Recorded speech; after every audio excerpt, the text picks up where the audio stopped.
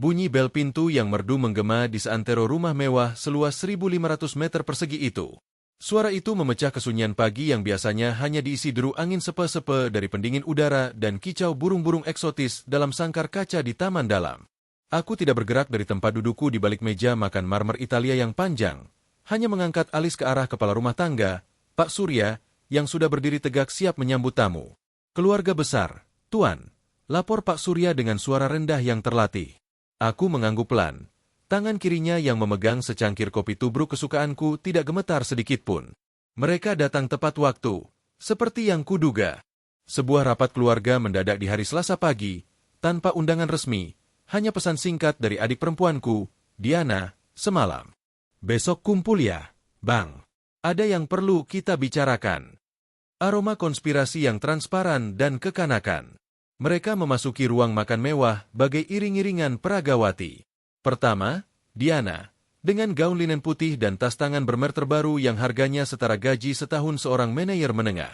Matanya yang cantik dan selalu berbinar dengan kegembiraan duniawi kini menyimpan sedikit kecemasan, tapi disamarnya dengan senyum lebar. Di belakangnya, sang suami, Rendra, dengan kemeja lengan panjang bermerek dan jam tangan yang berkilauan. Ia selalu terlihat seperti baru saja turun dari sampul majalah bisnis. Lalu, ibuku tercinta, Ibu Astrid, dengan syal sutra Hermes yang melingkar elegan di lehernya, wajahnya yang masih cantik di usia senjanya terlihat tegang. Selamat pagi, anakku, sapa Ibu Astrid, mencium pipiku. Aroma parfum Chanel nomor 5-nya yang klasik memenuhi udara. Pagi, Ibu. Pagi, Dian, Rendra.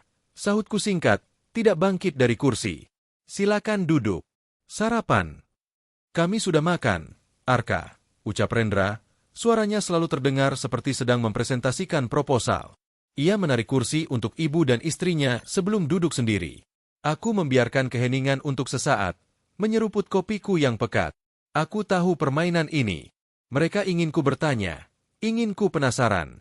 Tapi dalam bisnis dan kehidupan, orang yang berbicara lebih dulu seringkali kehilangan posisi tawarnya. Dianalah yang akhirnya tidak tahan. Bang, kami ada sesuatu yang penting untuk dibicarakan. Ya, aku tahu. Pesanmu cukup jelas. Jawabku, menatapnya langsung. Langsung saja ke pokoknya. Dian, aku ada konferensi video dengan mitra di Singapura dalam 30 menit. Rendra membersihkan tenggorokannya, mengambil alih. Ini tentang masa depan keluarga, Arka. Tentang perusahaan ayah. Perusahaan ayah. Dua kata itu selalu membuat otot rahangku mengeras. PT Karya Nusantara Abadi, kerajaan bisnis properti yang dibangun ayah dari nol. Ayah, yang meninggalkannya 5 tahun lalu dalam kondisi yang mulai goyah, dan mempercayakannya padaku, anak sulungnya, bukan pada ibu atau Diana yang lebih disayanginya. Mungkin karena ayah tahu, hanya aku yang mewarisi ketajaman bisnis dan kekerasan hatinya. Ada apa dengan perusahaan? Tanyaku datar. Laporan triwulan terakhir menunjukkan pertumbuhan yang sehat. Iya, pertumbuhannya bagus, Arka.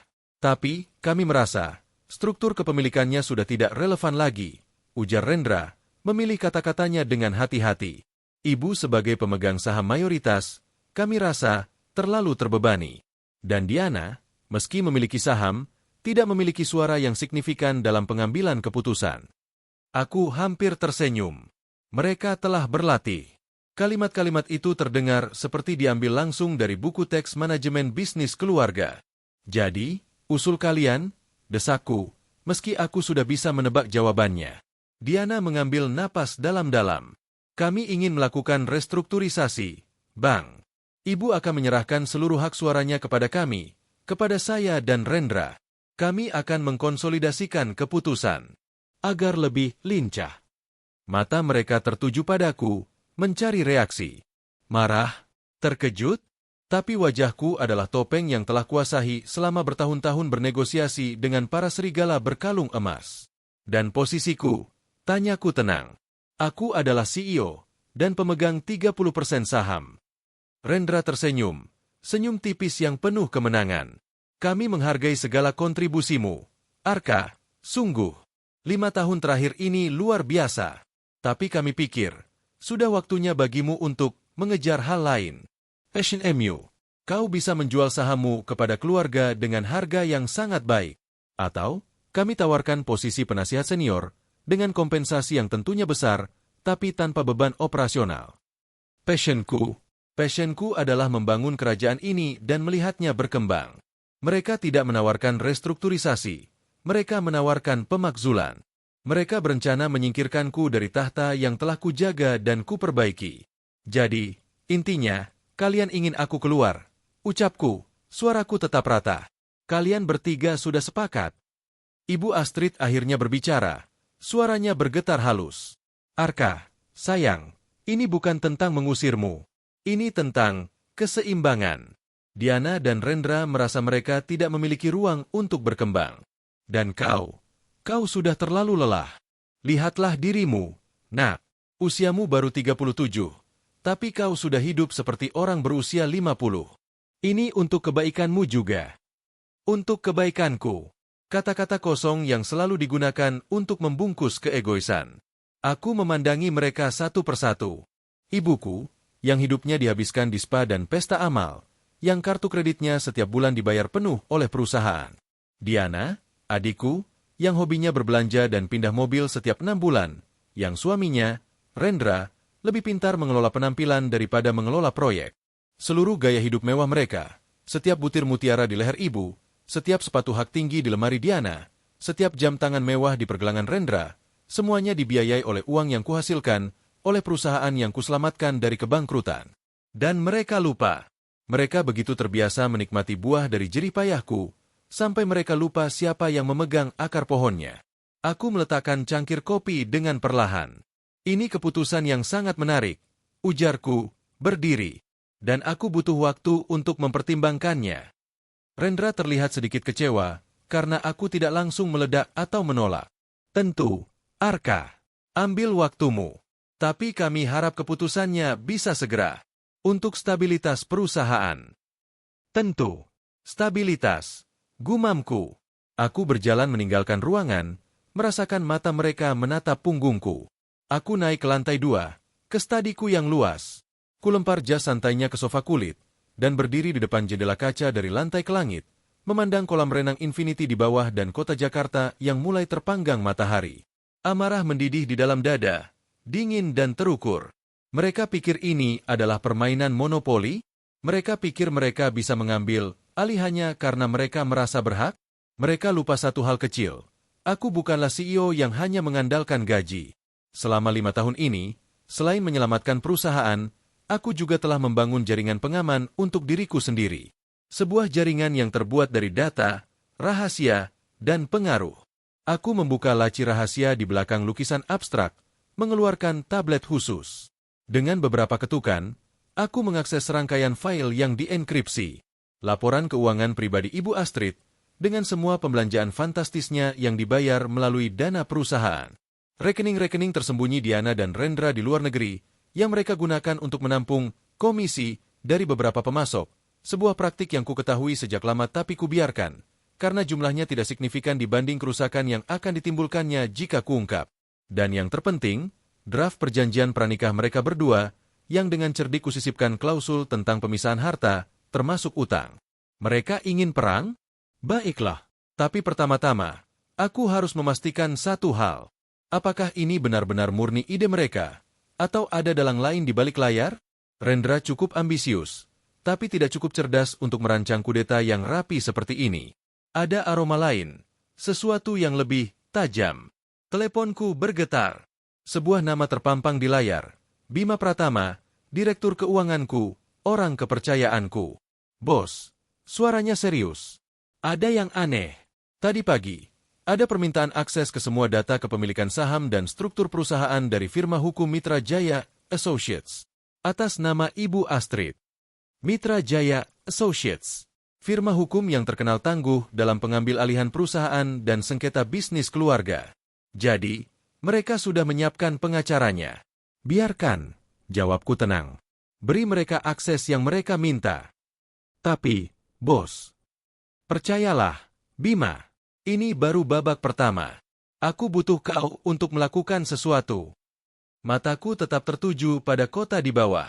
Kumpulkan semua transaksi yang mencurigakan yang terkait dengan keluarga, terutama Rendra, dalam 5 tahun terakhir. Dan cari tahu, siapa di Mitra Jaya yang menangani kasus ini. Aku ingin tahu segalanya tentang orang itu. Siap, bos. Aku juga butuh kau untuk mempersiapkan opsi likuidasi darurat untuk aset-aset pribadiku yang paling cair. Untuk berjaga-jaga.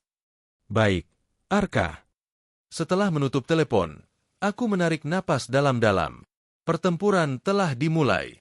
Mereka mengira mereka punya semua kartu. Ibu sebagai pemegang saham mayoritas, Diana sebagai ahli waris yang disayang, Rendra sebagai si ambisius. Mereka pikir aku hanya seorang anak sulung yang bekerja keras yang bisa mereka singkirkan dengan sedikit tekanan dan uang pesangon. Mereka berencana menyingkirkanku. Tapi mereka lupa satu hal yang paling krusial. Mereka lupa siapa yang selama ini membiayai gaya hidup mewah mereka. Dan mereka akan segera teringat. Ketenangan stadiku menjadi pusat kendali bagi operasi rahasia yang baru saja kumulai. Udara ber-AC yang sejuk terasa seperti medan perang sebelum tembakan pertama dilepaskan. Melalui jendela, kolam renang infinity yang biru bagaikan danau ketenangan palsu, sebuah metafora sempurna untuk kehidupan keluarga kami selama ini. Permukaannya indah dan jernih, namun kedalamannya menyimpan arus yang tak terlihat dan berbahaya. Bima, seperti biasa, bekerja dengan efisiensi yang mengagumkan. Dalam waktu kurang dari 2 jam, laporan awal sudah masuk ke tabletku. Sebuah ringkasan eksekutif tentang transaksi-transaksi mencurigakan yang melibatkan Rendra. Jumlahnya tidak kecil, tapi juga tidak cukup untuk menjatuhkannya secara instan. Seperti yang kuduga, dia cukup licin untuk tidak meninggalkan jejak yang terlalu jelas. Tapi itu bukan tujuanku sekarang. Aku hanya perlu mengetahui sejauh apa kelicikannya. Yang lebih menarik adalah informasi tentang firma hukum Mitra Jaya Associates. Pengacara utama yang ditunjuk oleh ibu, atau lebih tepatnya, oleh Rendra, adalah Oliver Lim. Seorang pria berusia 40-an yang terkenal tak berperikemanusiaan dalam ruang pengadilan, khususnya dalam kasus sengketa keluarga. Julukannya, The Silencer, karena kemampuannya membungkam lawan dengan strategi yang seringkali berada di batas etik. Dia mahal, sangat mahal, dan cara kerjanya selalu dimulai dengan tekanan psikologis, diikuti dengan ancaman hukum, dan diakhiri dengan penyelesaian di luar pengadilan yang menguntungkan kliennya. Rencana mereka menjadi semakin jelas. Mereka ingin menekanku hingga aku menyerah dan menjual sahamku dengan harga yang mereka tentukan. Senyum tipis mengembang di bibirku. Mereka menyewa pembunuh bayaran, tapi mereka lupa bahwa aku adalah arsitek dari benteng yang ingin mereka hancurkan. Teleponku berdering lagi. Kali ini dari sekretaris pribadiku, Maya. Pak Arka, Ibu Diana ingin bertemu. Katanya penting dan personal, tidak ada kaitannya dengan urusan bisnis. Diana. Dia selalu menjadi yang paling lemah dalam permainan tekanan. Rendra pasti menyuruhnya untuk tetap tenang, tapi rasa bersalah dan kecemasannya selalu lebih besar dari kemampuannya untuk berpura-pura. Ini adalah peluang. Suruh dia masuk, Maya. Tapi pastikan tidak ada yang melihatnya masuk ke stadiku. Beberapa menit kemudian, Diana memasuki ruangan dengan langkah ragu-ragu. Wajahnya yang biasanya cerah kini pucat, matanya bercahaya dengan kecemasan yang tak terbendung. Bang, katanya, suaranya hampir berbisik. Dia tidak duduk, hanya berdiri di depan mejaku seperti anak sekolah yang dihukum. Duduk, Dian, ujarku, suaraku sengaja kubuat netral, tidak ramah tapi juga tidak bermusuhan. Kopi? Tidak, terima kasih. Dia akhirnya duduk di tepi sofa, tubuhnya tegang. Aku cuma ingin memastikan kau baik-baik saja. Tadi pagi, itu agak intense. Intense. Aku menyandarkan badan ke kursi kulit. Aku pikir itu hanya rapat keluarga biasa. Membicarakan masa depan perusahaan, seperti yang Rendra katakan. Dia meremas-remas tangannya. Jangan begitu, Arka. Kau tahu ini bukan rapat biasa. Aku merasa tidak enak. Kenapa tidak enak, Dian? Kalian punya rencana yang bagus, bukan? Restrukturisasi. Konsolidasi. Aku yakin Rendra sudah menyiapkan presentasi PowerPoint-nya. Arka, tolong, desisnya, matanya mulai berkaca-kaca. Ini bukan sepenuhnya ide kami. Ibu juga khawatir. Dia bilang kau bekerja terlalu keras, bahwa kau perlu istirahat. Dan Rendra pikir, dia pikir perusahaan butuh perspektif baru. Perspektif baru. Aku menatapnya tajam. Perspektif seperti apa? Perspektif menghabiskan dana perusahaan untuk proyek-proyek foya-foya yang tidak menghasilkan, seperti yang dilakukan suamimu dengan komisi dari pemasok material di proyek apartemen Eastwood. Wajah Diana berubah pucat pasi, seolah-olah kuambil napasnya. Apa yang kau bicarakan? Jangan berpura-pura tidak tahu, Dian. Aku mengambil tabletku dan menggeser sebuah file ke arahnya. Itu adalah ringkasan transaksi mencurigakan yang melibatkan Rendra, termasuk setoran sebesar 0,5 miliar ke rekening terpisahnya di Singapura, tepat seminggu setelah kontrak dengan pemasok baja itu ditandatangani. Aku tahu segalanya. Selama ini aku diam karena kau adalah adikku. Tapi jika kalian ingin bermain kasar, maka semua kartu akan terbuka. Dia melihat layar itu, matanya membesar dengan ketakutan yang nyata. Arka, aku tidak tahu tentang ini. Aku bersumpah. Apakah kau tahu bahwa berdasarkan perjanjian pranikah yang kau tanda tangani, jika Rendra terbukti melakukan penyelewengan, kau tidak hanya tidak mendapatkan apa-apa dari hartanya, tapi kau juga bisa ikut menanggung utang-utangnya. Ini sedikit eksagerasi, tapi efektif. Aku perlu memisahkannya dari Rendra. Air mata sekarang mengalir deras di pipinya. Aku tidak mengerti semua itu. Mereka bilang ini yang terbaik untuk keluarga. Untuk kita semua. Siapa mereka? Dian? Tanyaku, suaraku lebih lembut sekarang, memanfaatkan kelemahannya. Ibu dan Rendra? Atau ada orang lain? Dia mengangguk, menyeka air matanya dengan tangan yang gemetar. Rendra, dia yang punya ide. Tapi dia bilang dia berkonsultasi dengan seseorang. Seorang investor. Orang yang punya modal besar dan bisa membantu perusahaan berkembang lebih cepat setelah kau pergi. Investor. Sebuah kata yang membuat telingaku berdiri. Jadi, ini bukan hanya tentang merebut kendali. Ini tentang menjual keluarga dan perusahaan kepada orang luar. Siapa investor ini, Dian? Aku tidak tahu. Aku bersumpah. Arka. Rendra tidak pernah menyebut namanya. Dia hanya bilang orang itu sangat berkuasa dan punya koneksi politik yang kuat. Dan dia berjanji akan memberikan posisi yang sangat penting untuk Rendra di perusahaan nanti. Kemarahan mulai mendidih lagi di dalam diriku, tapi kali ini lebih dingin, lebih fokus. Jadi, Rendra tidak hanya ingin menyingkirkanku, dia juga ingin menjadi boneka bagi seorang dalang yang tak dikenal. Dia menjual warisan ayah untuk secangkir sup kekuasaan. Dengarkan aku baik-baik, Diana. Ujarku, menatapnya langsung. Kau telah dimanfaatkan. Ibu juga. Rendra menjual mimpi kosong pada kalian, dan kalian hampir saja menghancurkan segala sesuatu yang telah ayah dan aku bangun. Jika investor misterius ini masuk, kalian akan kehilangan kendali. Perusahaan ini akan dijarah, dan kalian akan dibuang begitu saja. Apa yang harus kulakukan, Bang? Isaknya, sekarang benar-benar hancur. Aku tidak menginginkan semua ini. Untuk saat ini, pulanglah. Bertingkahlah normal. Jangan beritahu siapapun tentang pertemuan kita. Apalagi pada Rendra. Biarkan aku yang menangani ini. Aku berdiri dan berjalan. Mendekatinya, meletakkan tangan di pundaknya. Aku masih keluargamu, Dian. Aku akan melindungimu, seperti yang selalu kulakukan. Tapi aku butuh kau untuk percaya padaku, bukan pada mereka. Dia mengangguk, mencoba mengumpulkan sisa-sisa harga dirinya. Aku akan mencoba. Setelah Diana pergi dengan wajah yang masih basah oleh air mata, aku kembali ke mejaku. Puzzle mulai menyatu.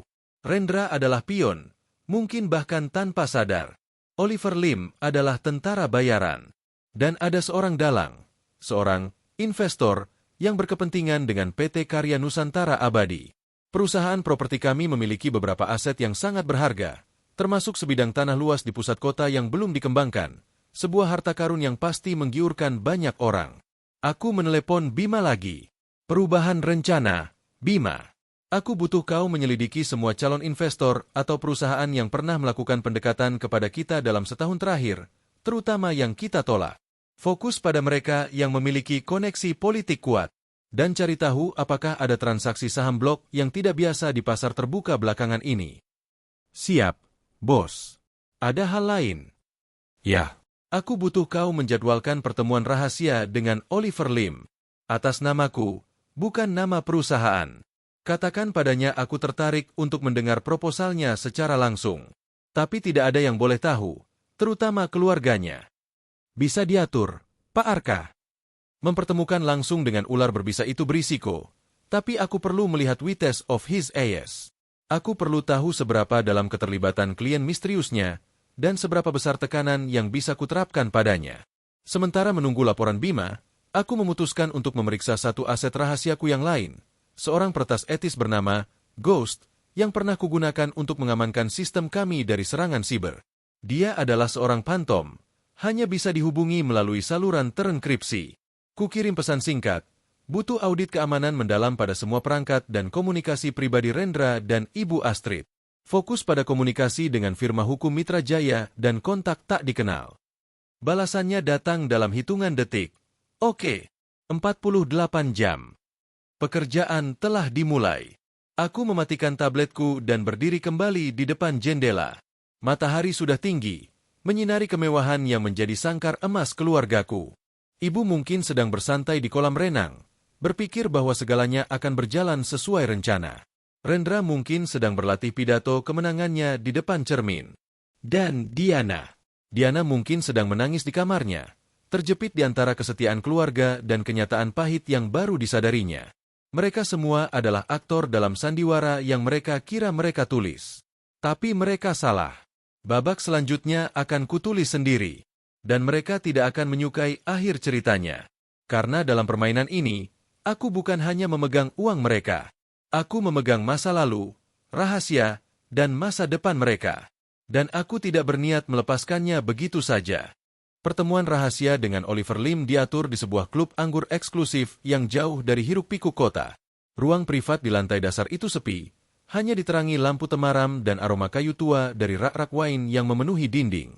Aku datang lebih awal, duduk di sudut paling gelap, menyeruput air mineral dan mengamati setiap sudut ruangan. Kewaspadaan adalah naluri kedua bagiku. Oliver Lim tepat waktu. Dia memasuki ruangan dengan langkah percaya diri, mengenakan setelan gelap yang rapih, membawa briefcase kulit yang mahal. Wajahnya tajam, matanya berbinar dengan kecerdasan yang dingin dan tanpa emosi. Dia adalah produk sempurna dari dunia hukum yang kejam. Tuan Arka, ujarnya sambil menjabat tanganku dengan erat. Sebuah kehormatan akhirnya bertemu Anda secara langsung. Silakan duduk, Tuan Lim. Sahutku, tidak membuang-buang waktu untuk formalitas. Saya yakin Anda orang yang sibuk, begitu pula saya. Mari kita langsung ke pokok pembicaraan. Dia tersenyum, senyum tipis yang tidak sampai ke matanya. Langsung pada intinya. Saya menghargai itu. Baiklah, saya dengar Anda tertarik dengan proposal yang disampaikan keluarga Anda. Saya tertarik untuk memahami proposal tersebut dengan lebih jelas. Koreksiku. Terutama bagian di mana saya didorong untuk meninggalkan perusahaan yang saya pimpin selama 5 tahun, yang saya selamatkan dari kebangkrutan. Oliver membuka briefcase-nya dan mengeluarkan sebuah iPad. Ini bukan tentang mengusir, Tuan Arka. Ini tentang transisi yang mulus. Keluarga Anda mengkhawatirkan kesehatan dan kesejahteraan Anda. Mereka merasa beban sebagai CEO terlalu berat untuk Anda tanggung sendirian. Proposal kami, yang didukung oleh Ibu Astrid sebagai pemegang saham mayoritas, adalah untuk membeli kembali saham Anda dengan harga yang sangat premium, 25% di atas harga pasar saat ini. Anda akan bebas secara finansial, bisa menikmati hidup, mengejar passion lain. Passion yang tiba-tiba muncul, menurut mereka, gumamku sarkastik. Dan siapa yang akan menggantikan posisi saya? Rendra, seorang yang pengalamannya dalam mengelola proyek berujung pada pembengkakan biaya dan komisi tidak resmi. Wajah Oliver tetap tak tergoyahkan. Tuan Rendra akan menjadi bagian dari Dewan Direksi, tentu saja. Tapi kami juga telah mengamankan dukungan dari investor strategis yang akan membawa visi segar dan modal kuat untuk mempercepat pertumbuhan karya Nusantara abadi. Investor strategis. Ulangku. Siapa nama investor ini? Itu adalah informasi rahasia sampai proses akuisisi saham Anda selesai, Tuan Arka. Demi stabilitas perusahaan. Aku menyandar ke kursi, menatapnya dalam-dalam. Begini, Tuan Lim. Saya tahu cara kerja Anda. Anda adalah The Silencer. Anda masuk dengan tekanan, mengancam dengan gugatan yang panjang dan mahal, sampai lawan Anda menyerah karena kelelahan atau kebangkrutan. Tapi Anda membuat satu kesalahan besar dalam kasus ini. Oh? Kesalahan apa itu? Tanyanya, masih dengan senyum datarnya. Anda mengira saya adalah lawan yang mudah. Anda mengira saya hanya seorang CEO yang bekerja keras. Anda dan klien Anda lupa satu hal. Saya adalah orang yang membiayai gaya hidup mewah mereka. Setiap rupiah yang mereka gunakan untuk menyewa Anda, setiap rupiah untuk gaun baru ibu saya, untuk mobil sport Rendra, berasal dari perusahaan yang saya kelola. Dan saya memiliki akses penuh ke semua aliran dana itu. Sekarang, untuk pertama kalinya, ada keretakan dalam ketenangannya. Sorot matanya berubah, menjadi lebih waspada. Saya tidak yakin memahami maksud Anda, Tuan Arka. Saya akan memperjelas, ujarku, suara saya rendah tapi penuh wibawa. Saya memiliki bukti transfer dana perusahaan ke rekening pribadi Ibu Astrid yang digunakan untuk pembelian pribadi yang tidak ada hubungannya dengan operasional perusahaan. Saya memiliki bukti setoran tidak wajar ke rekening Rendra yang terkait dengan proyek-proyek tertentu. Jika keluarga ini ingin berperang di pengadilan, saya tidak hanya akan melawan, saya akan membuka semua fakta ini. Bayangkan headline-nya, pemegang saham mayoritas dan keluarga menilep dana perusahaan untuk gaya hidup mewah. Nilai saham akan anjlok. Reputasi keluarga, yang sudah ibu bangun dengan susah payah, akan hancur berantakan. Dan tawaran 25% di atas harga pasar itu akan menjadi lelucon, karena harga sahamnya sendiri akan jatuh lebih dari 50%. Oliver Lim diam. Dia mematikan iPad-nya dan melipat tangannya di atas meja. Itu adalah tuduhan yang sangat serius. Dan jika Anda melakukannya, Anda juga akan melukai diri sendiri. Saham Anda sendiri akan turun nilainya. Saya siap menanggung risiko itu, Tuan Lim. Apakah klien Anda siap? Apakah investor misterius Anda siap melihat nilai investasinya menyusut drastis sebelum mereka bahkan memegang kendali? Aku mencondongkan badan. Ini adalah peringatan untuk Anda, Tuan Lim. Keluar dari kasus ini. Katakan pada klien Anda bahwa Anda tidak bisa menanganinya. Karena jika tidak, saya tidak hanya akan menghancurkan mereka, saya akan memastikan praktik-praktik meragukan Anda dalam menangani kasus ini menjadi konsumsi publik. Saya yakin ada hal-hal dalam karir Anda yang tidak ingin dibuka. Pertemuan itu berakhir dengan cepat setelah itu. Oliver Lim pergi dengan wajah yang lebih pucat dari saat dia datang. Dia tidak mengaku kalah, tapi dia tahu permainannya telah berubah. Ancaman langsung dan bukti yang kumiliki telah mengubah dinamika kekuasaan. Dalam perjalanan pulang, teleponku berdering. Dari Bima. Bos, kami menemukan sesuatu. Ada pembelian saham blok dalam jumlah signifikan selama 3 bulan terakhir, dilakukan melalui beberapa perusahaan cangkang yang berbasis di luar negeri. Jejaknya rumit, tapi Ghost berhasil melacak satu nama yang muncul berulang kali, Gregorius Halim. Gregorius Halim, seorang Taipan tua yang terkenal kejam, dengan bisnis dari tambang hingga media. Dia adalah hiu yang selalu mencari mangsa baru, dikenal dengan taktik pengambil alihan yang agresif. Dia pernah mendekati ayah bertahun-tahun yang lalu dengan tawaran buyut, dan ditolak mentah-mentah. Rupanya dia masih menyimpan dendam, atau lebih tepatnya, masih menginginkan aset-aset berharga perusahaan kami. Jadi, dalangnya adalah Halim. Rendra hanyalah pion yang dibelinya dengan janji kekuasaan. Dan ibu, dengan kenaifannya, telah dimanfaatkan. Sekarang, waktunya untuk serangan balik. Malam itu, aku mengadakan makan malam keluarga di rumah. Suasana tegang. Ibu terlihat gugup. Rendra mencoba terlihat percaya diri tapi gagal. Dan Diana menghindari kontak mata dengan semua orang. Anak-anak, mulai ibu setelah makanan disajikan. Saya pikir kita perlu membicarakan lagi rencana restrukturisasi itu. Mungkin kita terburu-buru. Tidak ada yang terburu-buru, Bu, sahut Rendra cepat. Ini untuk kebaikan kita semua. Arka perlu memahami bahwa aku sudah memahami segalanya. Rendra, potongku, suaraku tenang tapi mematikan. Aku sudah bertemu dengan Oliver Lim. Dan aku juga sudah tahu tentang investor strategis MU, Gregorius Halim. Rendra membeku. Garpunya berhenti di tengah udara. Wajah ibu mendadak pucat. Gregorius Halim? Bisik ibu, terdengar ngeri. Tapi Rendra bilang investor itu adalah grup dari Jepang. Bohong adalah salah satu bakat suamimu, ibu, kataku, menatap Rendra yang sekarang berkeringat dingin. Halim tidak ingin yang terbaik untuk keluarga kita. Dia ingin melahap perusahaan ayah, merobek-robeknya, dan menjual aset-asetnya. Dan kau, Rendra, kau akan menjadi bonekanya, sebelum akhirnya dia buang ketika sudah tidak berguna. Itu tidak benar, bantah Rendra, tapi suaranya goyah. Dia menjanjikan saya posisi CEO. Dia akan membantu perusahaan berkembang. Omong kosong, Hardiku, akhirnya membiarkan amarahku keluar. Dia menjanjikanmu mimpi, dan kau hampir menjual warisan ayah untuk itu. Kau kira setelah aku pergi, ibu dan Diana akan aman?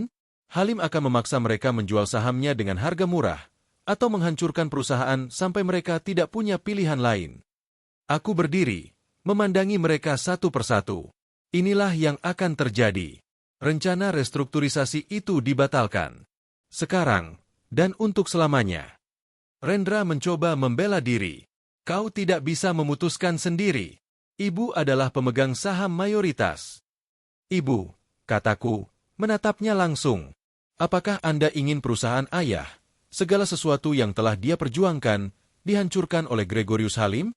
Apakah Anda ingin hidup Anda yang nyaman, yang saya jaga selama ini, hancur karena keserakahan orang lain? Ibu Astrid menatapku, lalu melihat Diana yang mengangguk pelan, lalu akhirnya menatap Rendra yang terlihat seperti tikus terjebak. Air mata mengalir di pipinya. Tidak, bisiknya.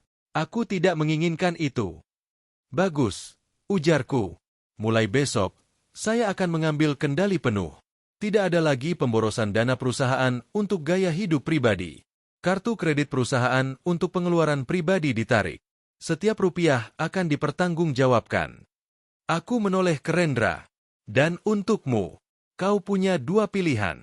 Mengundurkan diri dari Dewan dengan diam-diam, dan aku akan mengatur pesangon yang cukup untukmu memulai bisnis kecil-kecilan, jauh dari perusahaan ini. Atau, aku akan menyerahkan semua bukti penyelewenganmu kepada pihak berwajib. Pilihan ada di tanganmu. Rendra terduduk lemas. Kekuatannya seolah menguap. Dia tahu permainannya sudah berakhir. Dan untuk Halim, tanya Diana dengan suara kecil. Aku akan menangani Halim, jawabku. Itu adalah janji. Keesokan harinya, pertempuran melawan Gregorius Halim dimulai. Aku menggunakan semua koneksi dan pengaruh yang kumiliki. Aku bertemu dengan politisi yang menjadi debitur Halim, mengungkapkan sedikit informasi tentang praktik bisnisnya yang meragukan.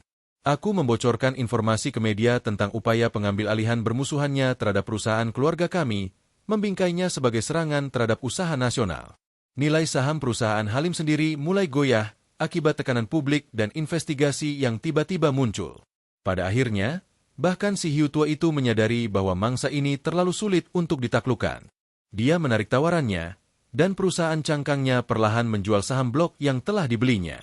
Beberapa minggu kemudian, suasana di rumah mulai kembali normal, meski ada ketegangan yang tersisa. Ibu belajar untuk hidup dengan anggaran yang lebih realistis. Diana, yang ternyata lebih kuat dari yang dikira, mulai menunjukkan ketertarikan dalam belajar bisnis, dan kumasukkan ke divisi pemasaran untuk memulai dari bawah. Rendra memilih pesangon dan menghilang dari kehidupan kami. Suatu sore, aku berdiri sekali lagi di depan jendela stadiku, memandang matahari terbenam. Perang mungkin telah dimenangkan, tapi pertempuran untuk memperbaiki kepercayaan yang hancur masih panjang. Tapi setidaknya, satu hal yang telah jelas. Mereka telah berencana menyingkirkanku. Tapi mereka lupa, dan sekarang mereka telah diingatkan, siapa yang selama ini membiayai gaya hidup mewah mereka. Dan pelajaran itu adalah satu yang tidak akan pernah mereka lupakan.